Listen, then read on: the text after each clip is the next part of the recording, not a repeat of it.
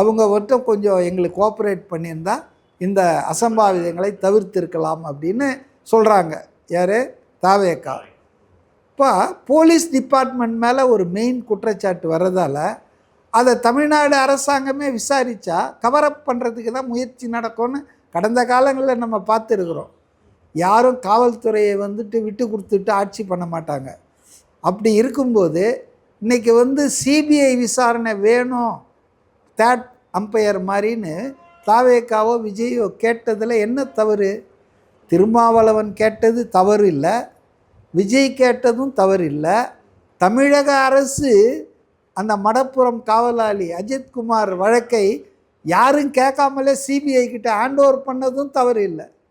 ஏன்னா சீசரின் மனைவி சந்தேகத்துக்கு அப்பால் இருக்கணுன்ற மாதிரி ஒரு ஸ்டேட் போலீஸ் கஸ்டடியல் டெத்தை ஸ்டேட் கவர்மெண்ட்டே விசாரிக்காமல் ஒன்றிய அரசின் கீழே இருக்கிற சிபிஐ விசாரிக்க கொடுத்தது என்பது ஒரு நல்ல முடிவு தான். அப்போ நான் என்னை பொறுத்த வரைக்கும் சிபிஐ போனதை எங்கேயுமே தப்புன்னு சொல்ல.